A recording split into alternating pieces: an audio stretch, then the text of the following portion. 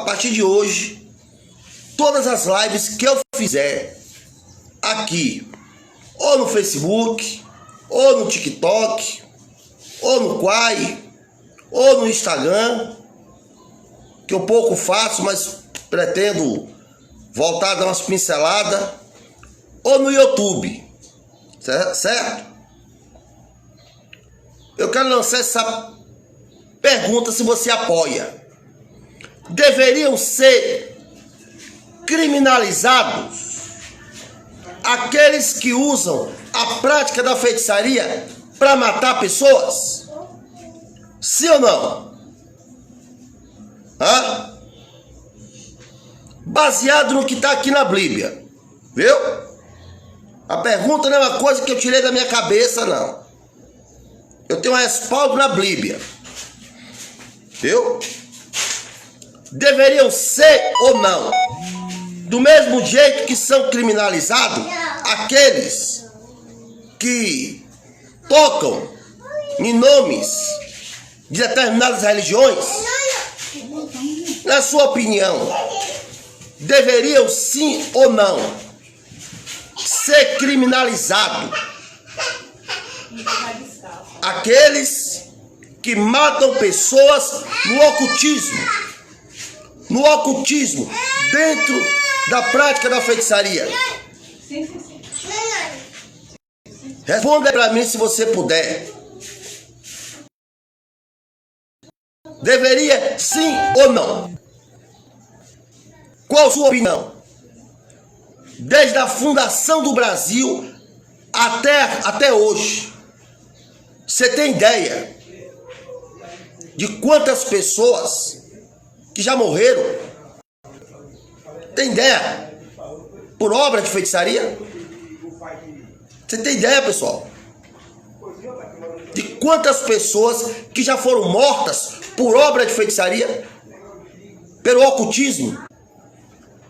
Então, baseado no que está escrito na Bíblia aqui, que eu tenho respaldo na Bíblia, eu tenho uma âncora, entendeu?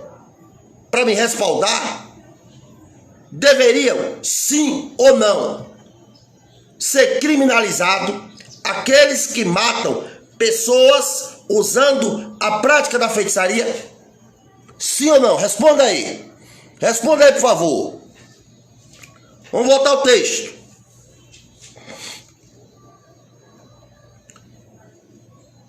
E ela foi e fez segundo ele disse. E da farinha não se consumia, tampouco do cântaro o azeite. Não faltava. Segundo a palavra a qual ele falou, Elias.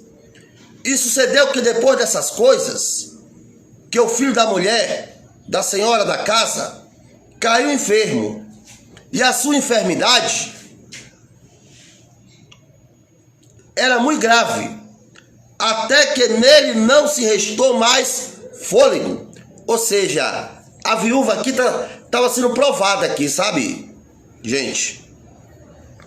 O diabo aqui tentou desanimar a viúva. O diabo tentou desanimar a viúva. Ele tentou de todas as formas, sabe, fazer a viúva pensar que o poder de Deus não estava na casa dela, através do profeta Elias.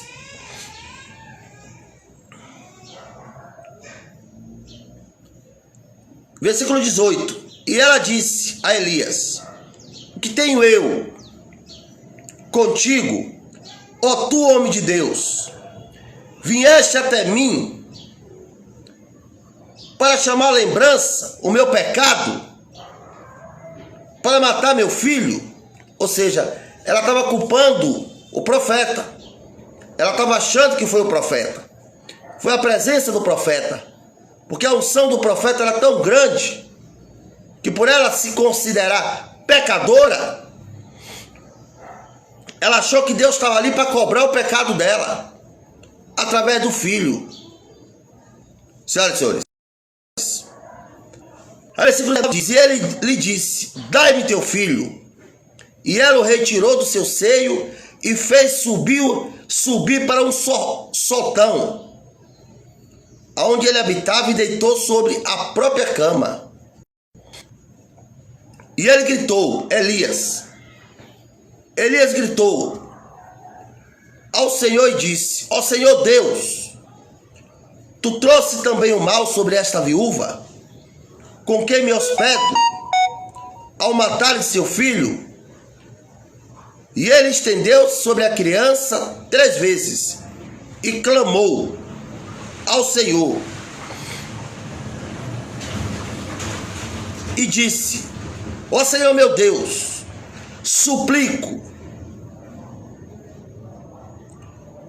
suplico-te que permitas que a alma desta criança retorne novamente a ela. Olha aí, a oração que o profeta Elias fez pelo filho da viúva de Sarepta. E o Senhor ouviu a voz de Elias, e a alma da criança voltou a entrar nela, e ela reviveu. E Elias tomou a criança e fez descer da câmara para dentro da casa, e a entregou à sua mãe. E Elias disse, vê aqui teu filho vive. E a mulher disse a Elias, agora, por isto eu sei que tu és homem de Deus, e que a palavra do Senhor está na tua boca, e é verdadeira. Olha aí, era preciso acontecer um grande milagre. Foi preciso acontecer, gente, um grande milagre para ela acreditar que Elias era homem de Deus. Foi preciso. Aí no versículo 18 continua a missão dele. Lembrando que eu falei que a missão dele era eliminar a feiticeira Jezabel, o rei Acabe. E sucedeu que depois de muitos dias, que a palavra do Senhor veio a Elias, no 3º ano, dizendo, vai, mostra-te, enviarei chuva sobre a terra. E foi Elias apresentar-se a Acabe, e houve fome extrema em Samaria. A fome era por causa do povo, gente. O povo se corrompeu. O povo começou a adorar ao Deus de Jezabel, o Deus da feiticeira Jezabel, da sacerdotisa Jezabel. A fome era por isso. Deus pesou a mão. O povo se voltou para a idolatria, se voltou para a prática da feitiçaria. Então Deus pesou a mão sobre o povo de Samaria. Por isso que havia tanta fome em Samaria, porque o povo de Israel, naquele tempo, adorava a um só Deus. A um só Deus.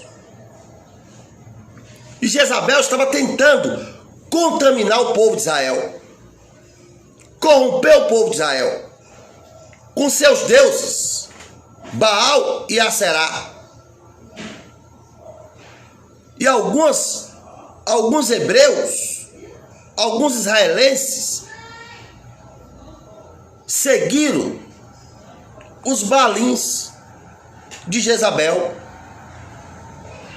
deixaram de servir a Deus para servir a Baal. Deixaram de servir a Deus para servir a Baal e a Aserá. Senhoras e senhores, por isso que Deus estava punindo Samaria com a fome, como está escrito aqui, ó.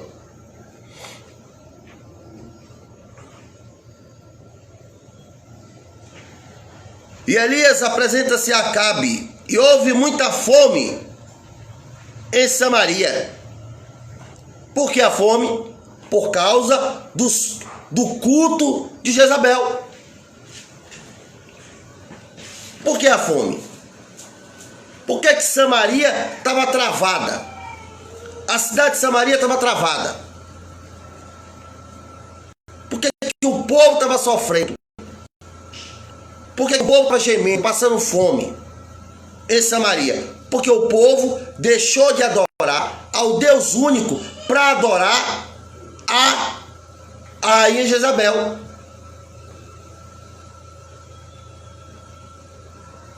As práticas da rainha Jezabel. O povo começou a cultuar os deuses da rainha Jezabel, da feiticeira Jezabel, como a Bíblia chama ela. Por isso que Deus tirou a mão. Deus tirou a mão. Por isso que Deus tirou a mão e deixou o povo de Samaria sofrer, padecer. Porque trocou Deus por Baal e Aserá. Trocou o Deus único por Baal e Aserá. Senhoras e senhores, vamos continuar o texto. E Acabe chamou Obadias, o qual é governador da sua casa. Ora, Obadias temia muitíssimo ao Senhor, porque foi assim quando Jezabel estipou os profetas de Baal, os profetas do Senhor. Jezabel matou, gente. Jezabel matou vários profetas do Senhor.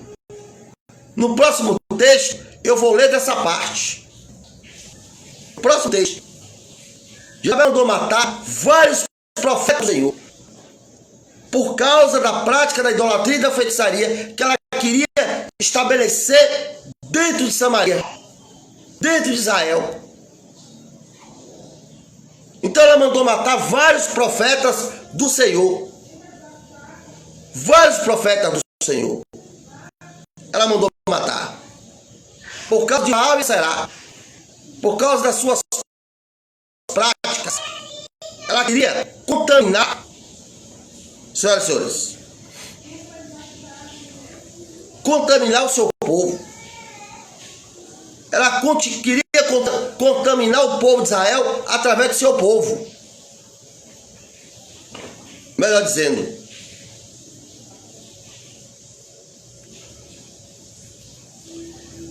porque quando a rainha Jezabel mandou matar os profetas do Senhor, Obadias tomou de 50 em 50 profetas, ocultou-lhes 2 grupos de 50 em uma caverna e os alimentou com pão e água. Olha aí. Quando ela mandou matar os profetas do Senhor, Obadias, o profeta, que servia ao rei Acabe, ocultou 100 profetas do Senhor. Elias não estava nesse meio, não. Elias era um profeta destemido. Elias não estava numa caverna, não, gente. Elias era um profeta destemido. Elias não tinha medo de feitiçaria. Elias não tinha medo de feiticeira. Elias não tinha medo de nada. O profeta Elias da Bíblia, ele não tinha medo de nada. De nada. Por isso que a rainha Jezabel, a feiticeira Jezabel, passou mal. Passou mal com ele. Passou mal com ele. Senhoras e senhores, Elias clamava, o fogo descia. O que Elias pedia a Deus, acontecia. O que ele pedia a Deus, acontecia. Assim, ó, na hora, no ato. Senhoras e senhores, o que ele pedia a Deus, acontecia. Ele foi o único profeta que enfrentou a feitiçaria da Bíblia. Ele foi o único profeta que enfrentou a prática da feitiçaria na cidade de Samaria e da idolatria. Foi o profeta Elias. Vamos continuar o texto. Perdão, uma pausa.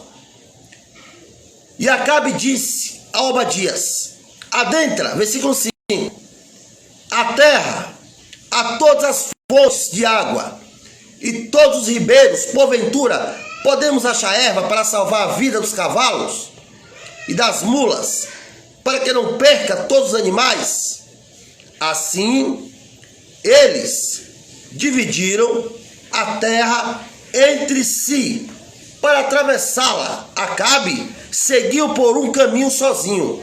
Obadias seguiu por outro caminho, sozinho.